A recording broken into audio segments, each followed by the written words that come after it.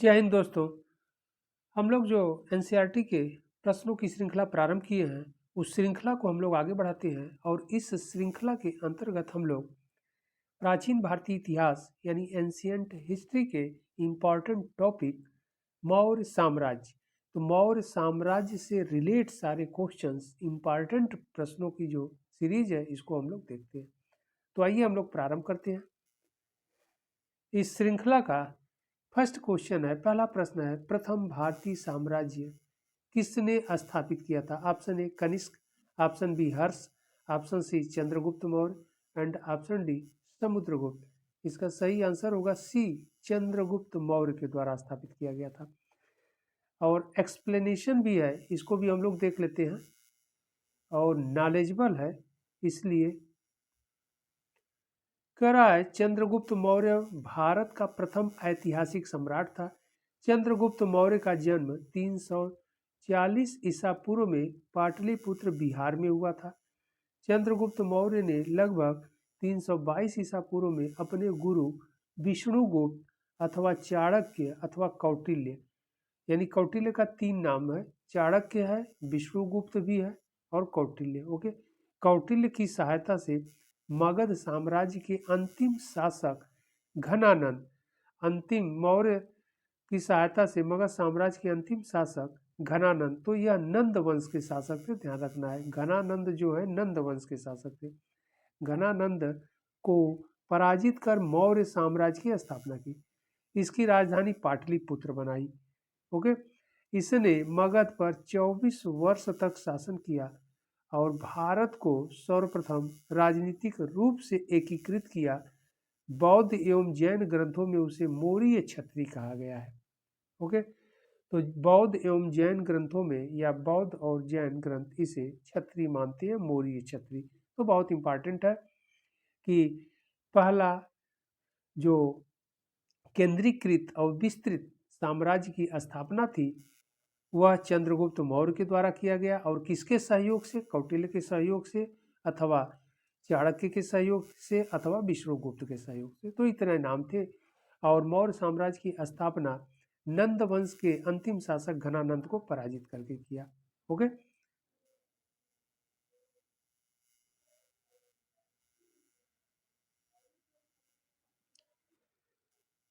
अगले प्रश्न की ओर बढ़ते हैं। प्रश्न संख्या 2। प्रश्न संख्या 2 कह रहा है सेंड्रोकोट्स की चंद्रगुप्त मौर्य के रूप में पहचान किसने की?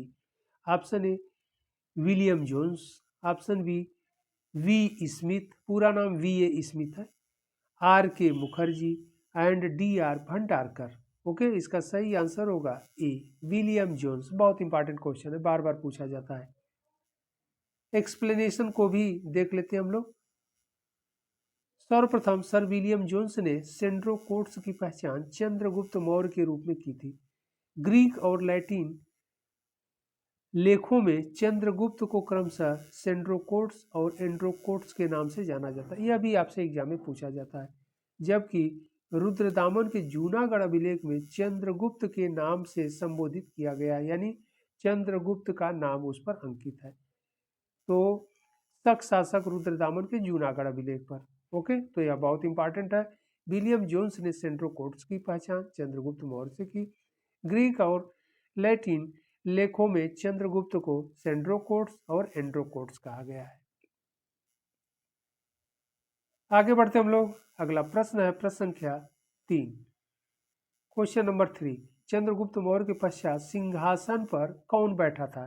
Option A Bimbisara, option B Ashoka, option C Bindusara and option D Vishnugupta. इसका सही आंसर होगा सी बिंदुसार। ओके, बिंबिसार नहीं, ये देख करके कंफ्यूजन क्रिएट कर रहा है ऑप्शन में, तो एग्जाम में गलत हो जाता है, इसलिए आपको ध्यान देना है कि बिंबिसार हर्यक वंश का शासक था और यह भी मगध का ही शासक था, लेकिन हर्यक वंश में था।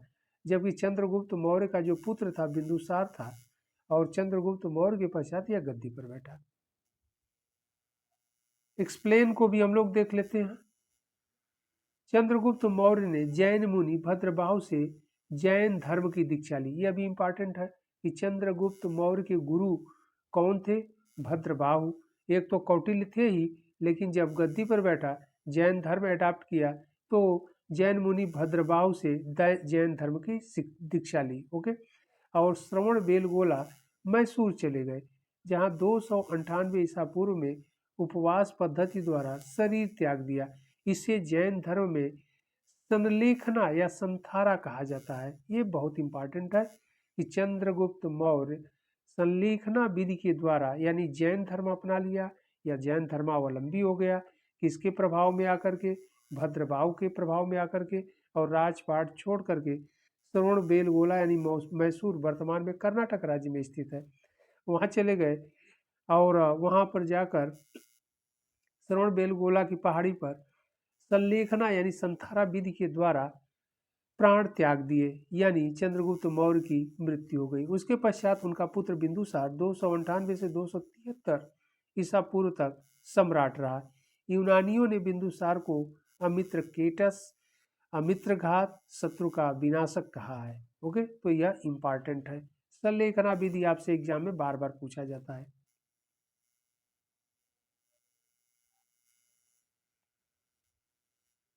अगला प्रश्न है प्रश्न संख्या 4, चंद्रगुप्त मौर्य का साम्राज्य उत्तर पश्चिम में कहां तक था? ऑप्शन ए रावी नदी, ऑप्शन बी सिंधु नदी, ऑप्शन सी सतलज नदी, एंड ऑप्शन डी कह रहा है हिंदू कुश पर्वत। इसका सही आंसर होगा डी, हिंदू कुश पर्वत, क्योंकि रावी नदी को क्रॉस कर लिए थे, सिंधु नदी को क्रॉस कर लिए थे, सतलज नदी को क्रॉस कर लिए थे। इसका मतलब अफगानिस्तान और ईरान तक का क्षेत्र पर अधिकार, ईरान में जो हेरात प्रांत था वहां तक इन्होंने अधिकार कर लिया था। कौन? चंद्रगुप्त मौर्य। ओके। और इस प्रकार अशोक के समय में कलिंग जीत लिया गया, तो मौर्य साम्राज्य और विस्तृत हो गया। ओके, तो यह बहुत इंपॉर्टेंट है। तो हिंदू कुश पर्वत तक चंद्रगुप्त मौर्य का उत्तर पश्चिम में कहाँ तक साम्राज्य था? तो हिंदू कुश पर्वत तक। ये बहुत इंपॉर्टेंट है। एक्सप्लेन को भी हम लोग देख लेते हैं। चंद्रगुप्त मौर्य का साम्राज्य उत्तर पश्चिम में ईरान यानी फारस से लेकर पूर्व में बंगाल तथा उत्तर में कश्मीर से लेकर दक्षिण में उत्तरी कर्नाटक मैसूर तक विस्तृत था। Vincent Arthur Smith, V A. Smith, short में इनका नाम लिखा रहता है बुकों में, विसेंट आर्थर स्मिथ के अनुसार हिंदू कुश पर्वत भारत की प्राकृतिक सीमा थी। पाटलिपुत्र इस विशाल साम्राज्य की राजधानी थी। रुद्रदामन के जूनागढ़ अभिलेख से पश्चिमी भारत पर भी उसका अधिकार प्रमाणित होता है। तो यह बहुत इंपॉर्टेंट है।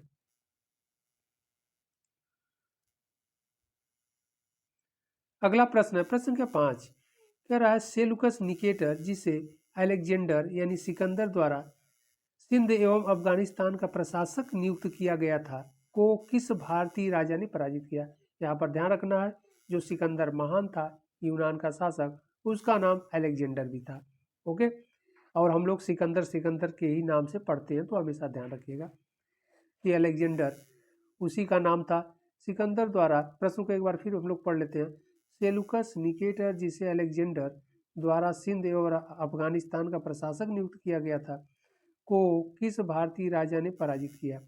Option A Samudragupta, option B Ashoka, option C Bindusara, option D Chandragupta Maurya. इसका सही आंसर होगा डी, चंद्रगुप्त मौर्य। ओके, चंद्रगुप्त मौर्य ने उसे पराजित किया था, क्योंकि सिकंदर जब भारत के उत्तर पश्चिम क्षेत्रों पर अधिकार करके चला गया था, तो इस विजित जो क्षेत्र थे, यहाँ का जो या प्रांत कह लीजिए, इस विजित प्रांत का या क्षेत्र का जो प्रशासक नियुक्त किया वह फिलिप को, और फिलिप के बाद सेलुकस निकेटर इसका शासक बना। तो यहाँ पर सेलुकस निकेटर शासन कर रहा था। ओके, और इसी को चंद्रगुप्त मौर्य ने पराजित किया पाटलिपुत्र से सेना लाकर। एक्सप्लेन को भी हम लोग देख लेते हैं। सिकंदर के सर्वाधिक योग्य सेनापति सेलुकस ने उसकी मृत्यु के बाद सिकंदर द्वारा विजित प्रदेशों पर पुनः आधिपत्य स्थापित करने के लिए 305 ईसा पूर्व में भारत पर आक्रमण किया, परंतु मौर्य शासक चंद्रगुप्त मौर्य से सेलुकस को पराजित होना पड़ा। इसके पश्चात सेलुकस ने चंद्रगुप्त मौर्य से अपनी पुत्री हेलेना का विवाह किया तथा दहेज में हेरात, कंधार, मकरान व काबुल प्रांत प्रदान किए। बदले में चंद्रगुप्त ने उसे 500 हाथी यानी 500 एलिफेंट उपहार स्वरूप दिया। यह भी इम्पॉर्टेंट है। प्लूटार्क के अनुसार चंद्रगुप्त मौर्य ने 6 लाख सेना लेकर संपूर्ण भारत पर आधिपत्य स्थापित किया था। ओके, तो यह बहुत इंपॉर्टेंट है एक्सप्लेनेशन कि चंद्रगुप्त मौर्य सेलुकस को पराजित किया और उनकी पुत्री हेलेना से विवाह अपना किया और उनसे यानी सेलुकस से हेरात प्रांत, कंधार, मकरान और काबुल को यानी 4 प्रांत भी ले लिया। और चंद्रगुप्त मौर्य इतना लेने के बाद 500 एलिफेंट यानी 500 हाथी सेलुकस को उपहार में दिया। ओके, आगे बढ़ते हैं। अगला प्रश्न है प्रश्न संख्या 6, क्वेश्चन नंबर 6। प्राचीन भारत में कौन सी एक लिपि दाईं ओर से बाईं ओर लिखी जाती थी? बहुत इंपॉर्टेंट है। ऑप्शन ए है Brahmi, option B Nand Nagari, option C Sharada and option D Kharoshthi. इसका सही आंसर होगा डी खरोष्टी। कह रहा है दाईं ओर से बाईं ओर। ओके, यानी राइट के तरफ से लेफ्ट की ओर, तो यह खरोष्टी भाषा शब्द लिखा जाता है। खरोष्टी जैसे उर्दू होता है। ओके, तो जो खरोष्टी लिपि होती है वह दाहिनी ओर से बाईं ओर लिखी जाती है।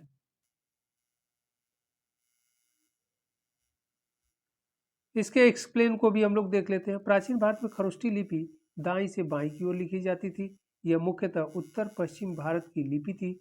इसे पढ़ने का श्रेय मैसन, प्रिंसेप, नॉरिस, लैसेन और कनिंघम आदि विद्वानों को जाता है।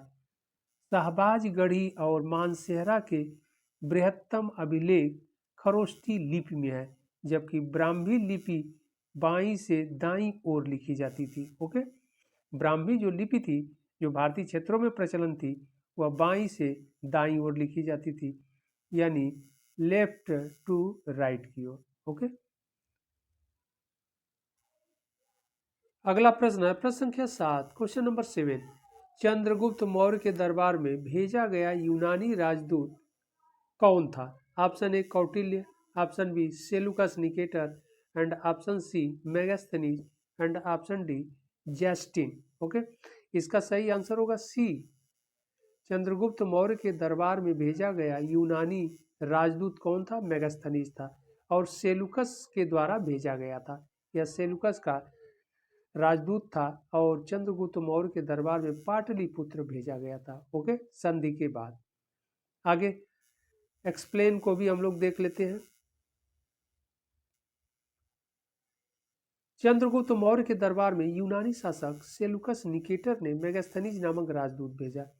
चंद्रगुप्त मौर्य ने पश्चिमोत्तर भारत में तत्कालीन यूनानी शासक सेलुकस निकेटर, जो सिकंदर का सेनापति था, को 305 ईसा पूर्व में पराजित कर दिया। मेगास्थनीज ने इंडिका नामक पुस्तक में मौर्यकालीन सामाजिक, आर्थिक एवं राजनीतिक व्यवस्था का विस्तृत विवरण दिया है, जबकि पाटलिपुत्र को समानांतर चतुर्भुज कहकर पालीब्रोथा के नाम से संबोधित किया है। ओके, तो मेगास्थनीज जब पाटलिपुत्र पहुंचा तो उसे पालीब्रोथा कहता है। पाटलिपुत्र को पालीब्रोथा नाम से संबोधित किया है तथा नगर के पदाधिकारी को एस्टोनोमाई कहा है। ओके, तो यह दोनों इंपॉर्टेंट है कि मेगास्थनीज पहला विदेशी एम्बेसडर था यानी राजदूत था जो चंद्रगुप्त मौर्य के दरबार में आया था और किसके द्वारा भेजा गया था? सेलुकस निकेटर के द्वारा।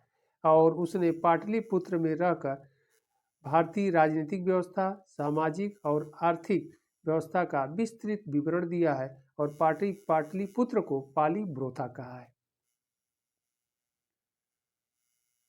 अगले प्रश्न की ओर बढ़ते हैं हम लोग। क्वेश्चन नंबर 8 यानी प्रश्न संख्या 8। बिंदुसार ने अशोक को किस विद्रोह को समाप्त करने के लिए भेजा था? ओके, यानी चंद्रगुप्त मौर्य के पश्चात उसका पुत्र बिंदुसार जब शासक बना तो बिंदुसार के समय में अशोक जो है बिंदुसार का बेटा था यानी पुत्र था। ओके, सन था। तो बिंदुसार ने अशोक को किस विद्रोह को समाप्त करने के लिए भेजा था? यानी बिंदुसार के समय में अशोक कहाँ के विद्रोह को दबाने के लिए भेजा गया था? ऐसे भी प्रश्न को समझ सकते हैं। Option A Swarnagiri, option B Takshashila, option C Ujjain and option D Tosali. इसका सही आंसर होगा बी तक्षशिला। बहुत इंपॉर्टेंट क्वेश्चन है, बार बार आपसे एग्जाम में पूछा जाता है। ओके, एक्सप्लेन को भी हम लोग देख लेते हैं। बौद्ध धर्म ग्रंथ दिव्यावदान से ज्ञात होता है कि बिंदुसार के समय तक्षशिला में 2 विद्रोह हुए थे। इन विद्रोहों का दमन करने के लिए बिंदुसार ने एक बार अपने छोटे पुत्र अशोक को तथा एक बार अपने बड़े पुत्र सुसीम को भेजा था। तिब्बती विद्वान तारानाथ के अनुसार नेपाल के विद्रोह को भी अशोक द्वारा ही समाप्त किया गया था। वायु पुराण में अशोक को भद्रसार, जबकि जैन ग्रंथों में उसे राजवली कथे या सिंहसेन कहा गया है। ओके, तो यह भी इंपॉर्टेंट है, इसको ध्यान रखना है। आगे बढ़ते हम लोग। अगला प्रश्न है प्रश्न संख्या 9, क्वेश्चन नंबर 9। सारनाथ स्तंभ का निर्माण किसने कराया था? ऑप्शन ए हर्षवर्धन ने, ऑप्शन बी अशोक ने, ऑप्शन सी गौतम बुद्ध ने एंड ऑप्शन डी कनिष्क ने। ओके, इसका सही आंसर होगा बी, अशोक ने कराया था। सारनाथ स्तंभ का निर्माण किसने कराया था? अशोक ने। इंपॉर्टेंट क्वेश्चन है, आपसे एग्जाम में पूछा जाता है। एक्सप्लेन को देख लेते हैं हम लोग। सारनाथ का स्तंभ धर्मचक्र प्रवर्तन की घटना का स्मारक है, जिसका निर्माण अशोक ने करवाया था। ओके, यानी अशोक ने कराया था। इस स्तंभ पर निर्मित सिंह की आकृति शक्ति का प्रतीक मानी जाती है। वर्तमान में यह अशोक स्तंभ के नाम से भी जाना जाता है और इसको भारत गणराज्य द्वारा भारत के राष्ट्रीय चिन्ह के रूप में स्वीकार किया गया है।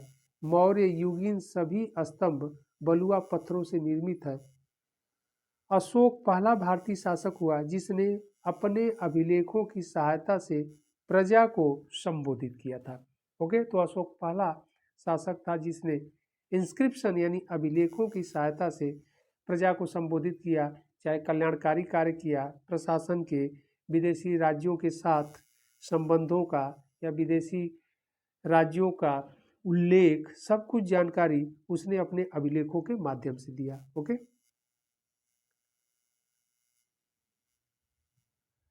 अगला प्रश्न है प्रश्न संख्या 10, क्वेश्चन नंबर 10। किस अभिलेख में अशोक का नाम उल्लिखित है? बहुत इंपॉर्टेंट है, आपसे एग्जाम में बार बार पूछा जाता है। भाब्रू अभिलेख, ऑप्शन बी 13वां अभिलेख, ऑप्शन सी रुमिनदेई स्तंभ लेख, ऑप्शन डी मास्की का लघु शिलालेख। इसका सही आंसर होगा डी, मास्की का लघु शिलालेख पर अशोक का व्यक्तिगत नाम मिलता है, यानी अशोक नाम अंकित है। ओके, एक्सप्लेन को भी हम लोग देख लेते हैं। सम्राट अशोक के अशोक नाम का उल्लेख मास्की अभिलेख कर्नाटक में है। देवानामप्रिय अशोक, इसके अतिरिक्त गुर्जरा मध्य प्रदेश में पड़ता है, गुर्जरा अभिलेख। इसके अलावा नेट्टूर यानी जो कर्नाटक में पड़ता है, इसके अलावा उदय गोलन या गोलम कर्नाटक में स्थित है। अभिलेखों में अशोक की उपाधियों प्रियदर्शी या प्रियदर्शी का उल्लेख है।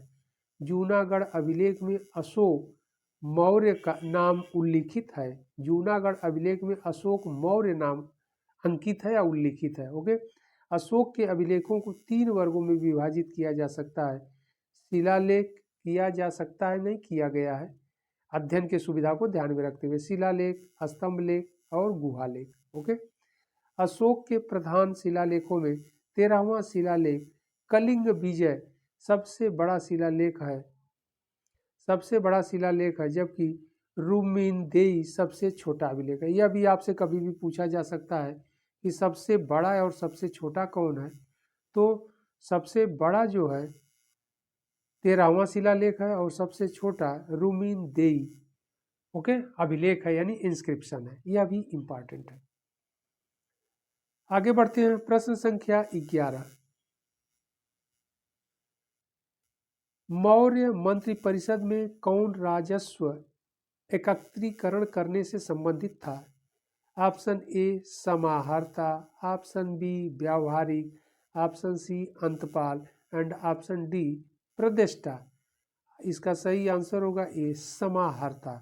ओके, राजस्व एकीकरण एकत्रीकरण करने से संबंधित अधिकारी था समाहर्ता। एक्सप्लेन को भी हम लोग देख लेते हैं। मौर्य मंत्रिपरिषद में राजस्व एकत्रीकरण के लिए उत्तरदायी मंत्री को समाहर्ता कहा जाता था। अंतपाल सीमावर्ती दुर्गों की देखभाल करता था। सन्निधाता राजकीय कोषाध्यक्ष तथा प्रदेष्टा फौजदारी न्यायालय का न्यायाधीश था, जबकि व्यवहारिक दीवानी न्यायालय का न्यायाधीश था। मौर्य काल में कर चोरी हेतु दंड स्वरूप मृत्यु दंड का प्रावधान था। ओके, तो यह एक्सप्लेन भी नॉलेजेबल है, यहाँ पर ध्यान रखना है। अगला प्रश्न है प्रश्न संख्या 12, भाग एवं बलि थे। ऑप्शन ए सैनिक विभाग, ऑप्शन बी राजस्व का स्रोत, ऑप्शन सी धार्मिक अनुष्ठान एंड ऑप्शन डी प्रशासकीय विभाग। इसका सही आंसर होगा बी, राजस्व का स्रोत था। ओके, भाग और बलि यानी ये टैक्स थे, कर था। कर यह एक प्रकार का था जिसे वसूल किया जाता था। आगे बढ़ते हैं, एक्सप्लेन को भी देख लेते हैं हम लोग। प्राचीन भारत में भाग एवं बलि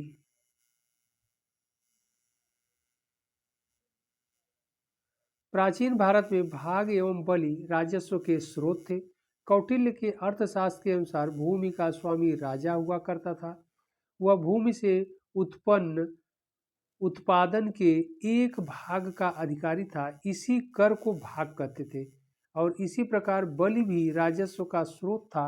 अशोक ने अपनी लुम्बिनी यात्रा में भाग यानी भू राजस्व की राशि 1/6 से घटाकर 1/8 कर दी थी तथा बलि को माफ कर दिया था। अर्थशास्त्र में बलि का तात्पर्य उपकर से था, जो राजा उपज के अतिरिक्त भाग को प्रजा से लेता था। राजकीय भूमि की व्यवस्था करने वाला प्रधान अधिकारी सीता अध्यक्ष कहलाता था। ओके, अगला प्रश्न है प्रश्न संख्या 13, किस स्तंभ में अशोक ने स्वयं को मगध का सम्राट बताया है?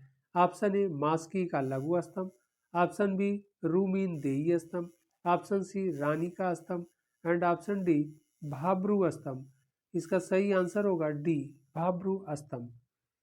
इसके एक्सप्लेन को भी हम लोग देख लेते हैं।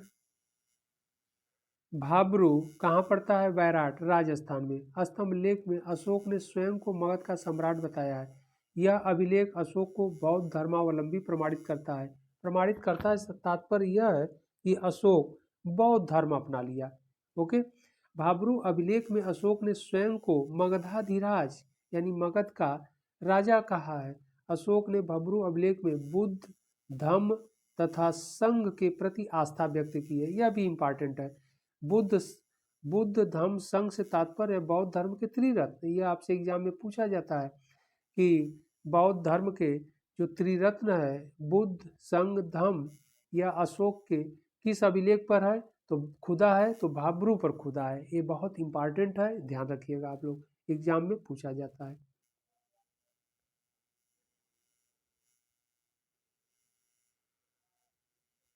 अगला प्रश्न है प्रश्न संख्या 14, रज्जुक कौन थे?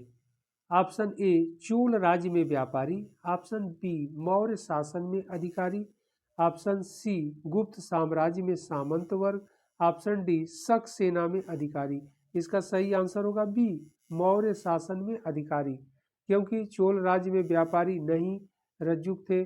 गुप्त काल में साम्राज्य में सामंत वर्ग ये भी नहीं रहेगा, शक सेना में अधिकारी ये भी नहीं रहेगा।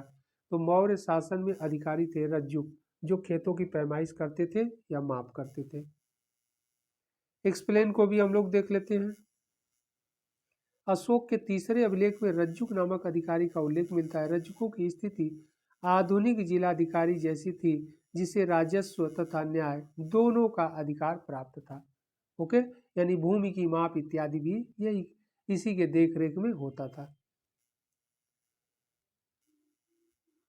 अगला प्रश्न है प्रश्न संख्या 15। अशोक के जो प्रमुख शिलालेख संगम राज्य के विषय में हमें बताते हैं उनमें सम्मिलित है।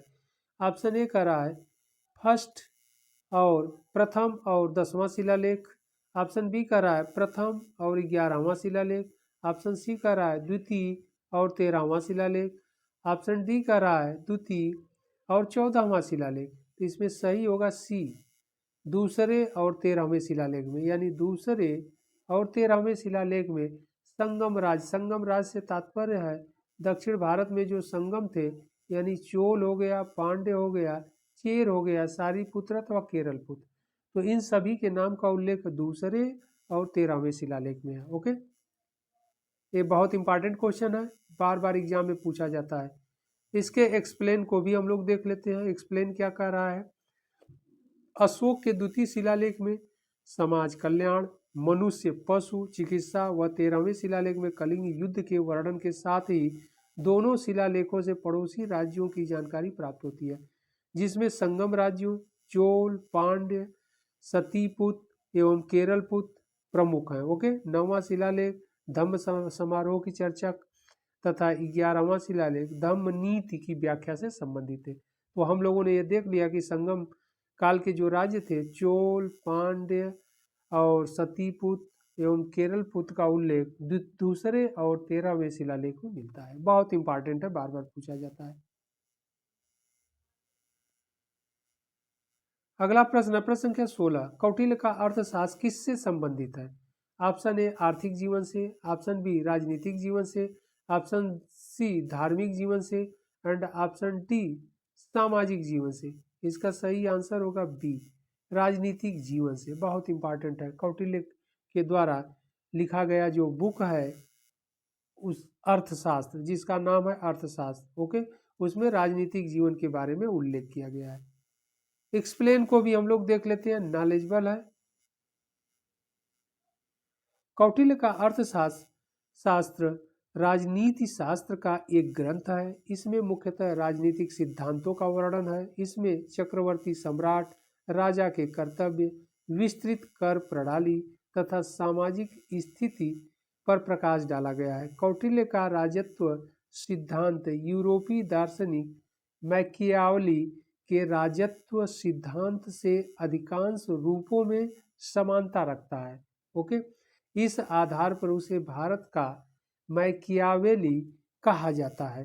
अर्थशास्त्र में कुल 15 अधिकरण, अधिकरण से तात्पर्य अध्याय, ओके, कुल 15 अधिकरण और 150 प्रकरण तथा 600 श्लोक है। ओके, तथा 600 श्लोक है। तो यह बहुत इंपॉर्टेंट है, 15 चैप्टर में यह डिवाइड है, विभाजित है। इसमें मुख्यतः राजनीतिक सिद्धांतों के बारे में उल्लेख किया गया है।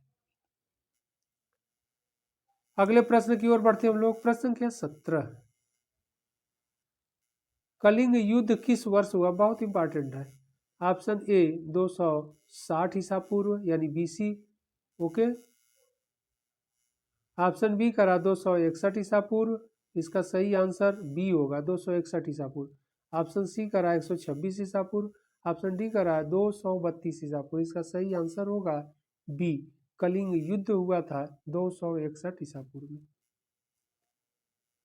इसके एक्सप्लेन को भी हम लोग देख लेते हैं।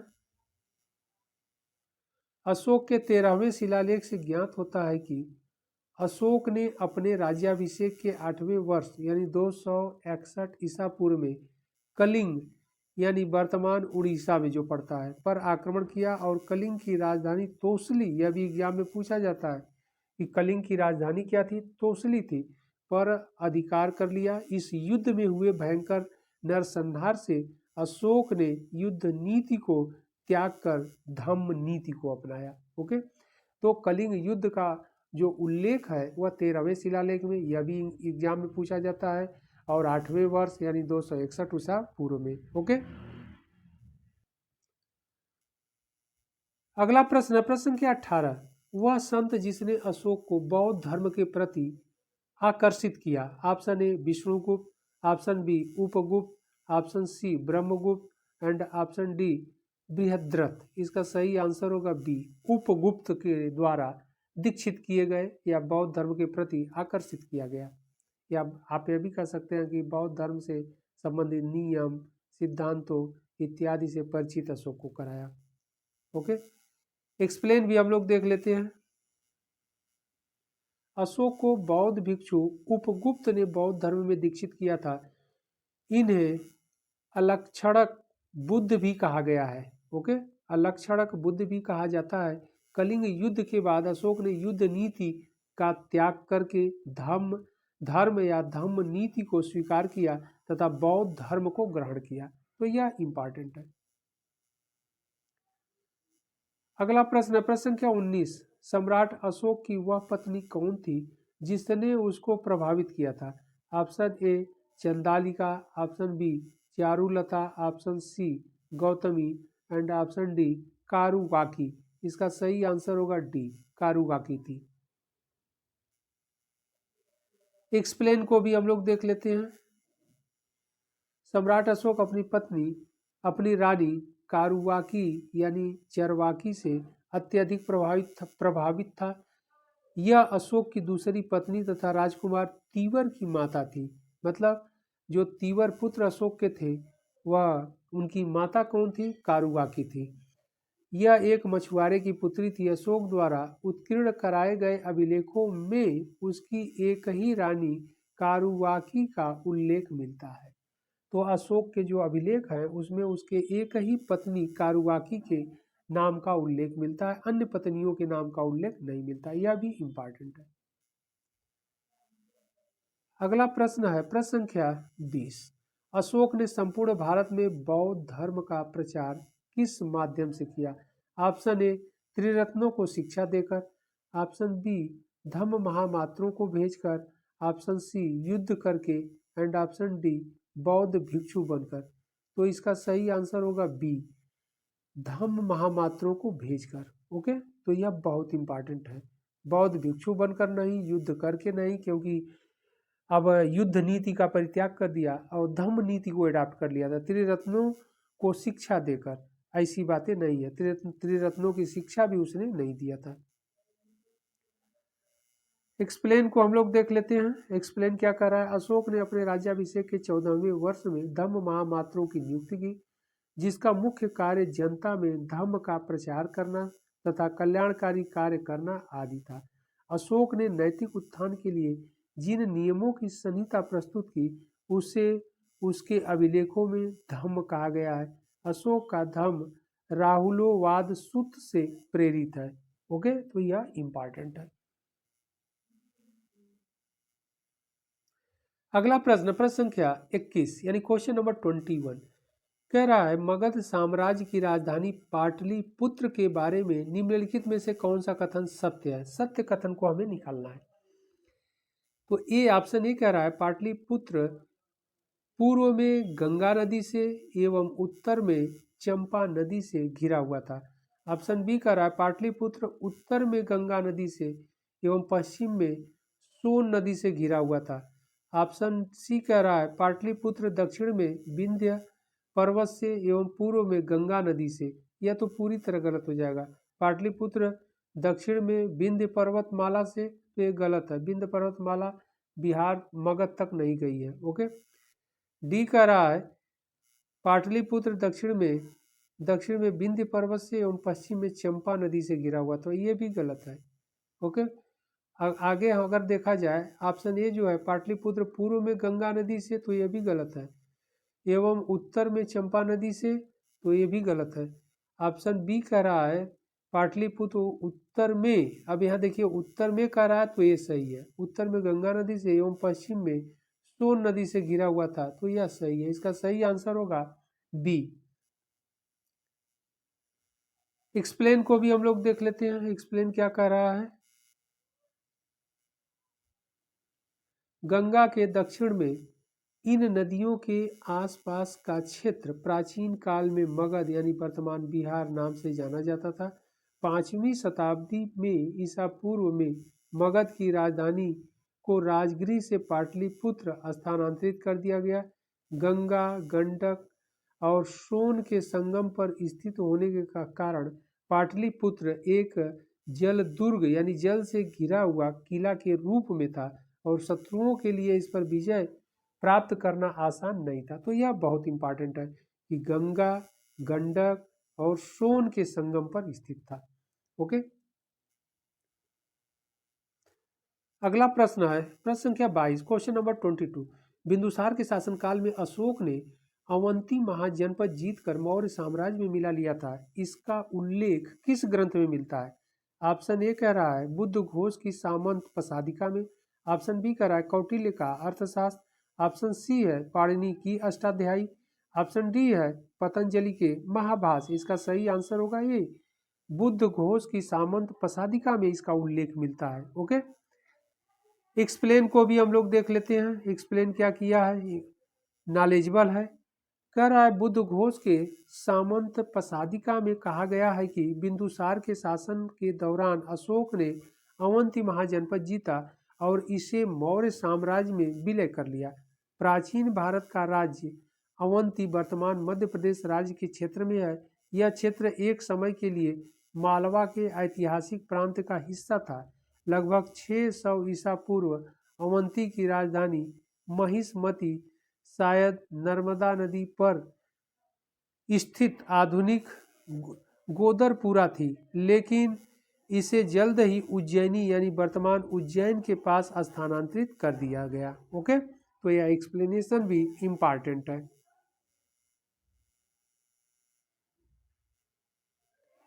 अगला प्रश्न, प्रश्न संख्या 23। अशोक के निम्नलिखित अभिलेखों में से किसमें दक्षिण भारतीय राज्यों का उल्लेख हुआ है? ओके, कह रहा है प्रश्न बहुत इंपॉर्टेंट है। अशोक के निम्नलिखित अभिलेखों में से किसमें दक्षिण भारतीय राज्यों का उल्लेख हुआ है? ऑप्शन ए कह रहा है तृतीय मुख्य शिलालेख। ऑप्शन बी द्वितीय मुख्य शिलालेख। ऑप्शन सी कह रहा है नवा मुख्य शिलालेख। ऑप्शन डी कह रहा है प्रथम स्तंभ अभिलेख। इसका सही आंसर होगा बी, ओके, द्वितीय मुख्य शिलालेख में। तो यह बहुत इंपॉर्टेंट है। एक्सप्लेन को भी हम लोग देख लेते हैं। अशोक के अभिलेखों को 3 भागों में विभाजित किया गया है। नंबर 1 शिलालेख, स्तंभ लेख और गुहा लेख। अशोक के द्वितीय बृहद शिलालेख में चेर, पांड्य, सतीपुत्र, केरलपुत्र आदि दक्षिण भारतीय राज्यों का उल्लेख मिलता है। ओके, तो यह बड़ा इंपॉर्टेंट है। अगला प्रश्न है प्रश्न संख्या 24, क्वेश्चन नंबर 24। विश्व प्रसिद्ध पर्यटन स्थल सांची का प्राचीनतम नाम यह भी था। ऑप्शन ए कह रहा है Kakanam. Option B Vetravati. Option C Beshnagari and option D Dashpur. इसका सही आंसर होगा ए, बहुत इंपॉर्टेंट है, एग्जाम में पूछा गया है आप लोगों से। और वेत्रवती तो यह नदी है, मध्य प्रदेश में बहती है उज्जैन के पास से। और बेशनगरी भी, ओके, और दसपुर भी यह नगर है। और यह वेत्रवती यह नदी है। ओके, एक्सप्लेनेशन को भी हम लोग देख लेते हैं। कह रहा है सांची एक बौद्ध परिसर है जो अपने बृहद स्तूप के लिए प्रसिद्ध है। यह भारत के मध्य प्रदेश राज्य के रायसेन जिले के सांची शहर में एक पहाड़ी की चोटी पर स्थित है। सांची को प्राचीन काल में काकनम, काकनाया, काकनवा, काकनाद बोटा, ओके, या बोटा श्री पर्वत आदि नामों से भी जाना जाता है। तो यह जानते रहिएगा, काकनम इंपॉर्टेंट है, एग्जाम में पूछा गया है। इतने नामों से उसे जाना जाता था।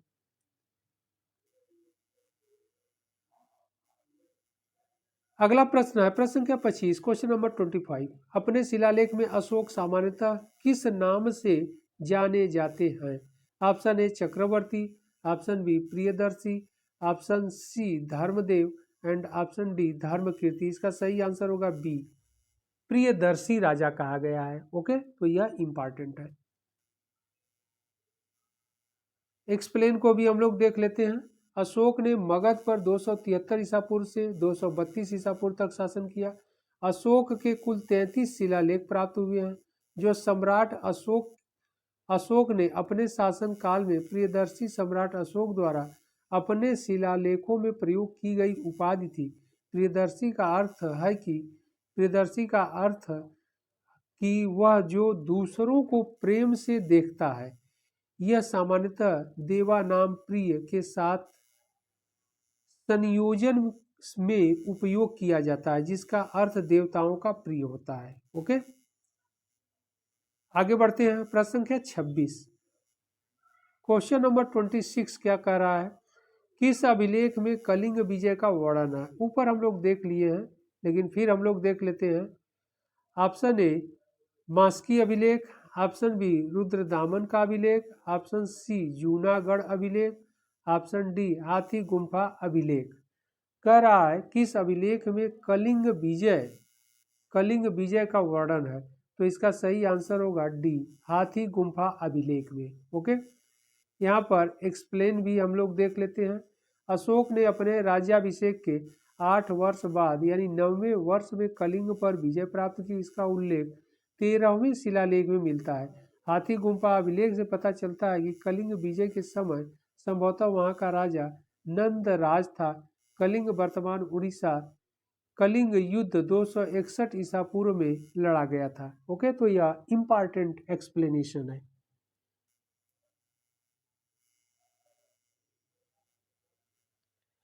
अगला प्रश्न है, प्रश्न संख्या 27, क्वेश्चन नंबर 27। अशोक के धम्म का मूल संदेश क्या है। ऑप्शन ए शांति एवं अहिंसा, ऑप्शन बी बड़ों का सम्मान, ऑप्शन सी धार्मिक सहनशीलता एंड ऑप्शन डी उपरोक्त सभी। इसका सही आंसर होगा डी उपरोक्त सभी होगा, क्योंकि धम्म का मूल जो संदेश क्या है, तो शांति एवं अहिंसा है ही, बड़ों का सम्मान है ही, धार्मिक सहनशीलता है ही। तो इस प्रकार उपरोक्त सभी हो जाएगा। ओके, एक्सप्लेन को भी हम लोग देख लेते हैं। अशोक का धम्म यानी धर्म एक नैतिक संहिता है। अशोक अपने दूसरे और 7वें शिलालेख में के माध्यम से संदेश देता है। अपासीन में बहुकयाने दया दाने सचे सोचे माधवे साधवे च, अर्थात कम पाप करना, कल्याण करना, दान दया दान करना, सत्य बोलना, पवित्रता से रहना, स्वभाव से मधुरता तथा साधुता बनाए रखना। इस प्रकार अशोक धम्म के मूल संदेशों में शांति और अहिंसा, बड़ों का सम्मान तथा धार्मिक सहनशीलता निहित है। ओके, बहुत इंपॉर्टेंट यह एक्सप्लेनेशन है, इसको ध्यान रखना है।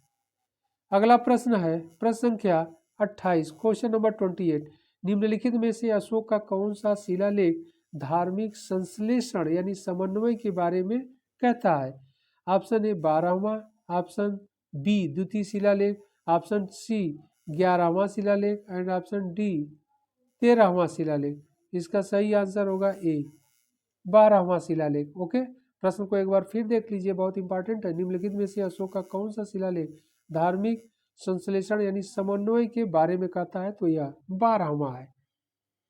और 13वें यानी 13वां शिलालेख में कलिंग विजय का उल्लेख मिलता है। एक्सप्लेन को भी हम लोग देख लेते हैं। 12वें शिलालेख में अशोक ने सभी संप्रदायों की सार वृद्धि पर बल दिया है। 12वें शिलालेख में वह कहता है कि मनुष्य को अपने धर्म की प्रशंसा और दूसरे धर्म की अकारण निंदा नहीं करनी चाहिए। एक न एक कारण से अन्य धर्मों का आदर करना चाहिए। ऐसे करने पर मनुष्य अपने संप्रदाय की वृद्धि करता है तथा दूसरे संप्रदाय का उपकार करता है। इसके विपरीत स्थिति में वह अपने संप्रदाय को छीन तथा दूसरे के संप्रदाय का अपकार करता है। ओके, तो यह इंपॉर्टेंट एक्सप्लेनेशन है।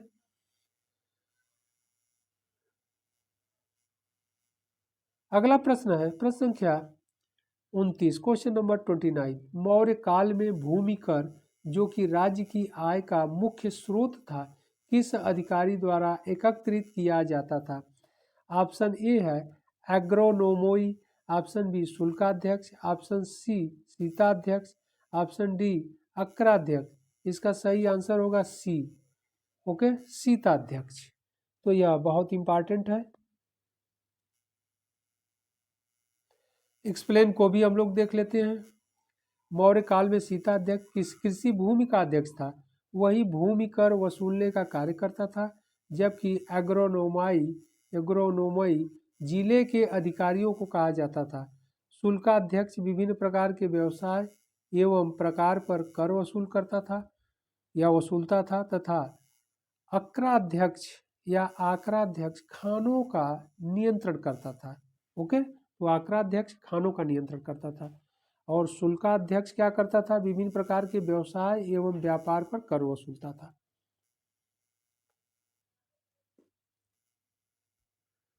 अगला प्रश्न है प्रश्न संख्या 30। निम्नांकित में से किसकी तुलना मैकियावेली की पुस्तक द प्रिंस से की जा सकती है। ऑप्शन ए कह रहा है कालिदास का मालविकाग्निमित्रम, ऑप्शन बी है कौटिल्य का अर्थशास्त्र, ऑप्शन सी है वात्स्यायन का कामसूत्र, ऑप्शन डी है तिरुवल्लुवर का तिरुकुरल। ओके, तो इसका सही आंसर बी होगा, कौटिल्य के अर्थशास्त्र से की जाती है उसकी तुलना, यह इंपॉर्टेंट है।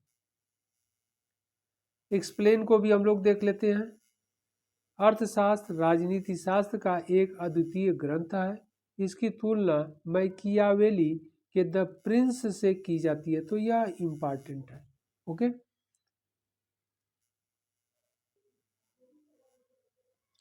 अगला प्रश्न है प्रश्न संख्या 31, क्वेश्चन नंबर 31। कौटिल्य के अर्थशास्त्र के अनुसार मौर्यकालीन न्याय व्यवस्था में निम्नलिखित न्यायालय अस्तित्व में थे। यह इंपॉर्टेंट है कि मौर्य काल में न्यायालय कौन कौन थे, तो उसको देख लिया जाए। फर्स्ट कह रहा है ऑप्शन में, फर्स्ट कह रहा है नंबर 1 धर्म महामात्र। धर्म महामात्र नाम से न्यायालय नहीं था, ये तो अधिकारी था। इसके बाद धर्मस्थी, यह सही है, यह न्यायालय का नाम था। ओके, ऑप्शन 3 कह रहा है तीसरे नंबर पर रज्जुक, रज्जुक भी न्यायालय नहीं था। नंबर 4 कह रहा है कंटक शोधन, यह भी था। तो इस प्रकार 2 और 4 कह रहा है कि निम्नलिखित न्यायालय अस्तित्व में थे, तो यही 2 और 4 अस्तित्व में न्यायालय थे। तो इसमें जो 2 4 होगा वही सही होगा। कह रहा है सही उत्तर चुनिए। ऑप्शन ए कह रहा है 1 2, ये नहीं होगा। ऑप्शन बी कह रहा है 2 एवं 3, यह भी नहीं होगा। ऑप्शन सी कह रहा है 1 और 3, यह भी नहीं होगा। ये डी यही सही होगा, 2 और 4। ओके, एक्सप्लेन को भी हम लोग देख लेते हैं। कौटिल्य के अर्थशास्त्र के अनुसार मौर्यकालीन न्याय व्यवस्था में न्यायालय मुख्यतः 2 प्रकार के थे, धर्मस्थी तथा कंटक शोधन।